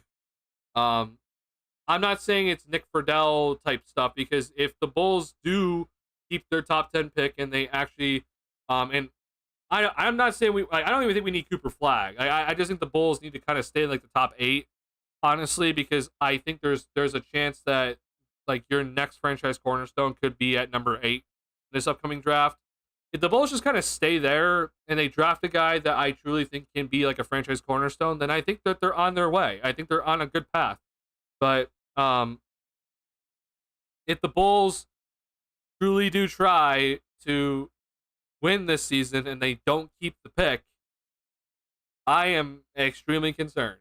I don't know what the hell they're doing, because I will have no faith in them whatsoever to be getting an actual all-star level talent to Chicago and building up with them, because we know for sure that the front office is not going to be spending max money anymore. And Jerry Reinsdorf is not going to ever approve of it because of this Levine contract. So they're not going to go out and spend and get superstars that come to Chicago, even though they should, but they're not going to, because of the Levine contract situation. So it better happen right. I truly hope that the Bulls front office does this correctly. So yeah. All right. Happy to say my internet held up for another 20 minutes. So, watch the Bears this season. I'll be watching the Bears this season. I will be watching. It's kind of honestly my only hope, as a Bulls and White Sox fan who I can't believe I'm a fan of the two Reinsdorf owned teams in the city, but here I am. Yeah, I'll be watching the Bears for sure. And I'm not like fully into in football, but I'm excited for the Bears this year. I'm not expecting playoffs. It'd be great if they can make the playoffs, but I'm not expecting it. Yeah, I'm hoping. I like Caleb Williams a lot. I'm sad to see Justin, didn't work out, but if Caleb's the guy, then I'm all for it. So I'm hoping it works out. But that is gonna kind of wrap up my stream today. Before I do go, first off, if you guys hit the like button on the stream, once again, truly do appreciate you guys hanging out with me tonight. But I do want to ask a question for you guys, because I think this is something important. Do you guys know of any sort of music that I can play on a stream, okay, that is not going to get copyrighted, that you've seen other streamers use on a YouTube stream? I have gone through, I think, 10 different playlists now where I have been told that this playlist is not going to get copyright striked. And then like I will use this music for like 10 different videos and multiple live streams, and then suddenly, randomly one day, YouTube says, "Hey, this is copyright strike." Nothing happens. Like I don't get a strike on my channel, but it just says it's copyrighted music, and I can't. They're gonna not allow me to monetize the video. Which I'm just like, well, why didn't this happen earlier? I'm aware YouTube is weird with their algorithms and stuff. So, Lo-Fi Girl, okay, I'll look into that. But I'm just like, I'm going insane because I've tried, I think, now like 10 different playlists. And I'm just like, what works? I usually have music constantly running on a stream, but as you can tell, I'm not doing that right now. I usually want to have music running constantly because I have ADHD and I want, stuff playing. But also I know that my voice can get, boring to listen to. So music's always nice to have. But I don't have like the split audio thing set up. So I'll look into Lo-Fi Girl. I do appreciate that suggestion a lot because I'm looking for music that I know will not just suddenly get like a copyright warning after the stream is done, because that's happened to me many times recently, and I'm like, what the heck? Like, I was told that this is fine, but here we are. It's not fine apparently. All right. Let's see here. Let's see when the Bulls play next and when the next potential stream is, and then we're gonna go ahead and end the stream here because I do not know when the Bulls play next. I need to actually look into this. Go to games. Okay, so I'm gonna guess the Bulls get 2 days off because they've just played 2 days in a row. Because that would be the nice thing to do, but oh no, they don't. Okay, so the Bulls play again on Tuesday, and it's gonna be at 5:30. So unless something dramatic happens for me, I should be streaming after this game. So if you want to hop in on Tuesday night at about 7:30, 7:45-ish, when this game ends, hop in to stream. I'll be talking about this game as well, because Again, unless something kind of dramatic happens, I should be able to watch this game, and I'll be able to stream it. So please, come on in and hop into the postgame stream. Plus, I thank you guys a lot for hanging out with me tonight. I know it was a Sunday night, middle of storms in Chicago type night, and you guys are hanging out with me very late. I know it's 1 a.m. here, so truly appreciate you guys hanging out with me tonight. It was a lot of fun talking with you guys. Hope you guys enjoyed the stream. And thank you guys all for the likes on the stream. Helps me out a ton. Yeah, I'll see you guys on Tuesday. Good job, Buzelis, today. Really good job by Buzelis. Let's hope that this continues for him in the summer league. All right, y'all. Be safe out there tonight. I'm going to bed. Peace out, y'all.